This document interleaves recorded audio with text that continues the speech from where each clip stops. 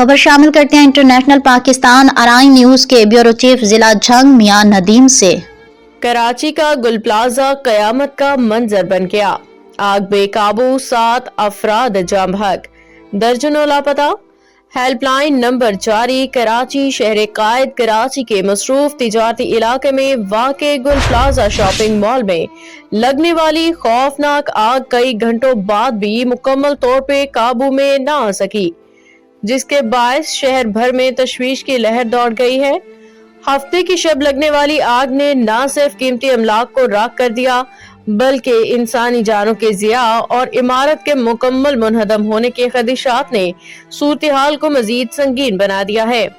سندھ حکومت نے متاثرہ خاندانوں کی سہولت کے لیے ہیلپ لائن نمبرز جاری کر دیے ہیں تاکہ گمشدہ افراد اور زخمیوں سے متعلق معلومات فراہم کی جا سکیں۔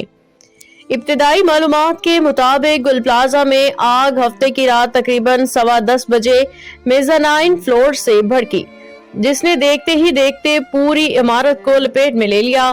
آگ کی شدت کے باعث عمارت کی ساخت شدید متاثر ہوئی، کئی حصے گر چکے ہیں جبکہ مکمل عمارت کے منہدم ہونے کا خدشہ ظاہر کیا جا رہا ہے۔